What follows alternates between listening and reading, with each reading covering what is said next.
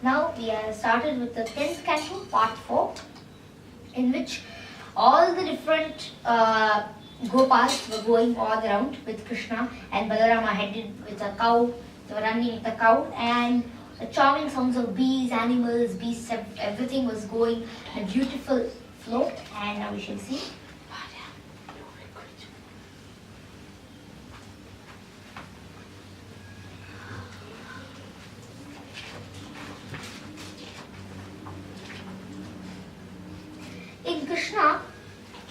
In Krishna's Vrindavana pastime, Balarama, the first expansion of the personality of Godhead, acts as the Lord's elder brother. Shukadeva Goswami said, "The primeval Lord saw that the stately trees with their beautiful reddish buds and their heavy burden of fruits and flowers were bending down to touch his feet with the tip of their branches. Thus he smiled gently and addressed his elder brother, 'O greatest of lords, see how these trees are bowing their heads at your lotus feet, which are worshipable by the immortal gods.'" So, now we shall see the story of the killing of Dhenukasura. So, the shlokas.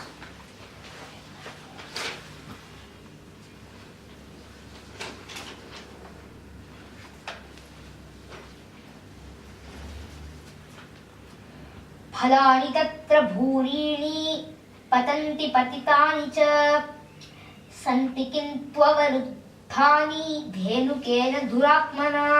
In the Talavana forest, many fruits are falling from the trees and many are already lying on the ground, but all the fruits are being guarded by the evil Dhenuka. So none of the fruits should go to any person, is what was Dhenuka's wish. So he was the lord of the entire forest, the Talavana. He was the evil Dhenukasura, who was actually a demon in the form of a human only, but he can change his body whenever he likes to any animal, but mainly he loves the form of a donkey. So he came like a donkey, rushed like a donkey in front of Balarama, who was shaking the trees. And then what happened was, all the other children of the Gopas, everybody was getting so scared. "Oh, water, water, water!" They were screaming towards Balarama. Balarama lifted up Dhenukasura, turned him around and around and around 5 or 6 times, and then threw him up in the sky. So, one after the other they were thrown. Then the friends of Dhenukasura came, one by one. All of them came. Balarama lifted up some coconut trees that he had broken, the tala trees that he had broken, and flung them on the floor. All of these asses were coming. When they were coming forward and forward, all the donkeys were coming. At that time, the logs were also rolling. They dashed the logs and they slid and they fell down on the floor. So, then all the other ones were thrown on top of the all the tala trees, and then each one of them were falling because tala trees couldn't withstand the weight of these huge donkeys. So,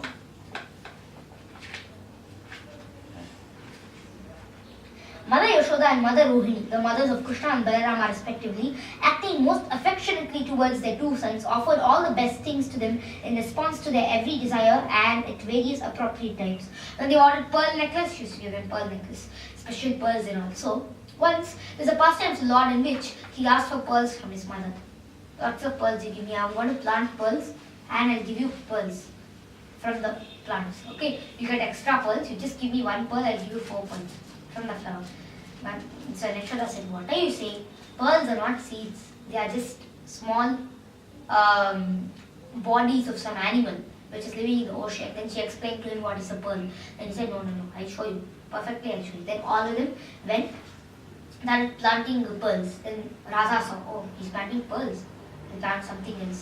Then she started planting thorns. So that when the pearls grow and get going to carry the pearls, and they'll get pricked by the thorns. So just that friendship kind of enmity, that kind of a thing. So then the pearls were given, and then they planted the pearls. Then the flowers came out, and each one of the flowers had a lot of pearls in them. Then he went and showed it to his mother. 400 or 500 pearls had come there. The mother was astonished. "Oh, what has happened? Such a miraculous thing." Then it was like that. And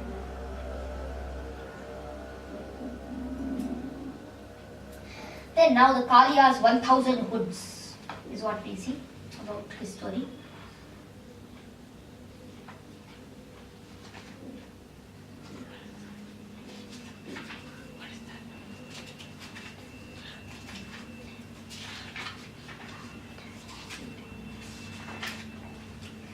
इत्थं च गोकुलमनन्य गतिं निरीक्ष्य सस्त्रीकुमारमति दुःखितमात्महेतोः अज्ञाय मर्त्यपदवीमनुवर्तमानः स्थित्वा मुहूर्तमुदैष्ठदुरङ्गबन्धात्.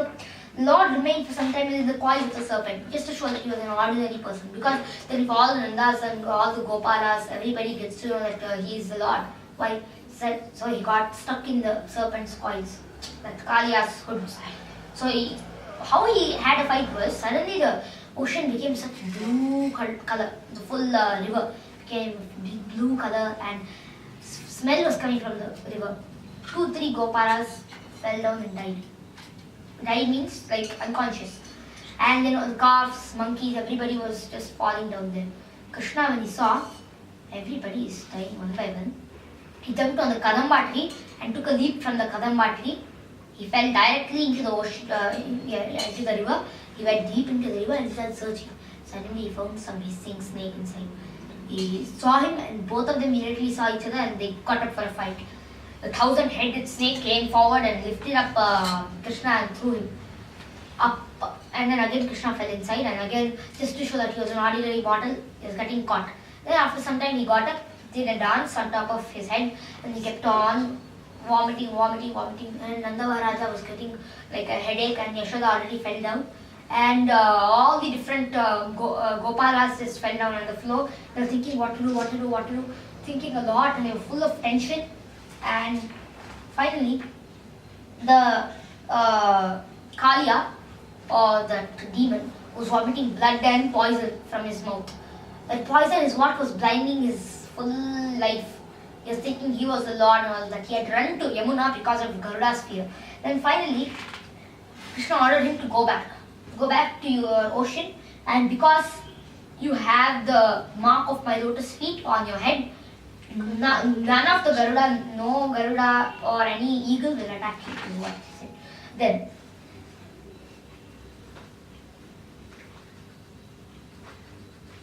now Lord Balarama's fight with Pradambasura, or a horrible demon who came to kidnap Balarama and kill him and eat him then. So, what was happening was, once all the different Gopas were playing around, and then they were playing the tug of war, like this. 4 people here, 4 people there. And like this, they're playing. Balarama on one side, Krishna on the other side. They're playing, pulling, they're playing in the middle. This one, Pradambasura, how to get within them, how to kidnap Balarama. Someone you think he must do. But he wanted to kidnap Krishna actually. But actually, he wanted to kidnap Krishna. He thought Krishna was Balarama. Therefore, he joined this one, Krishna's side. So he sat on Krishna's side. So whoever loses will have to take the other person on his lap and go, or his shoulders and go. So when the Krishna side lost, and Krishna took some other Gopa, and actually Krishna and Balarama was on one side, or this Pradambasura was on the other side, and all the other Gopas were on the other side. Krishna and Balarama won the match, and Pradambasura fell inside a lake in the middle, because pulled him and he fell inside the lake. So then, okay, I have lost, he just let go, like, so that somehow I have to carry Balarama. Then he took Balarama and slowly kept on running till he was too far away from all the Gopas. For one round throughout the forest, just throughout 1 kilometer or something, they had to come and come back. Just some steps and come back. But this one, Pradambasura, went long. Everybody was enjoying till then. They forgot about Balarama. Suddenly Krishna inquired, where is Balarama? Then Krishna saw his yogic thing. Oh, he's fighting with Pradamba now. And finally when Pradamba's form came up, he was just acting as a boy for the first time. Then suddenly his form changed, started becoming too huge, and then he had terrible eyes, scowling brows, and amazing, beautiful effulgence, and an amazing effulgence generated by his armlets, crown and earrings. The Lord seemed to be a little frightened, because that Asura's body was full of effulgence, and he was such a horrible personality, as his eyes were red colors and blood was going all around his mouth, as he had eaten many other children too. So then Balarama just took his hand and then mightily punched that Pradamba one shot and Pradamba just went down on the floor. Then he took one long rope and then started turning all his legs all around. Then Pradamba fell flat on the floor with his head. Then he fell unconscious. Again he got up and held him hard in the hands like this for a long time. Balarama opened his hands, jumped up and then punched him hard, just like how Indra kills Vritrasura. He killed Pradamba and Pradamba's down dead body fell direct from the ground. He started vomiting a lot of blood and his head cracked open with all the blood coming out.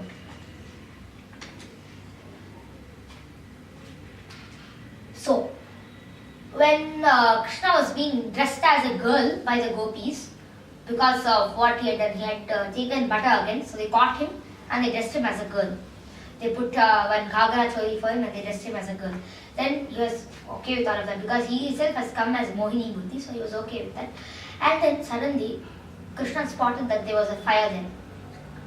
Immediately he removed all that girl clothes, he wore his clothes and then his current boy clothes and he ran towards the forest with all his gopas. He ran towards that mountain where that fire was coming, up and up the fire was coming.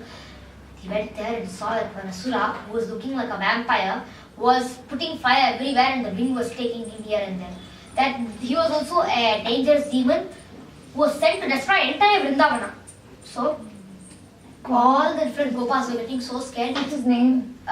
He was Agnyasura. No particular name given to him, but he was fire demon or Agnyasura. So, Agni Asura, fire demon. So therefore he was running all around and he was creating fire, setting fire everywhere he was going.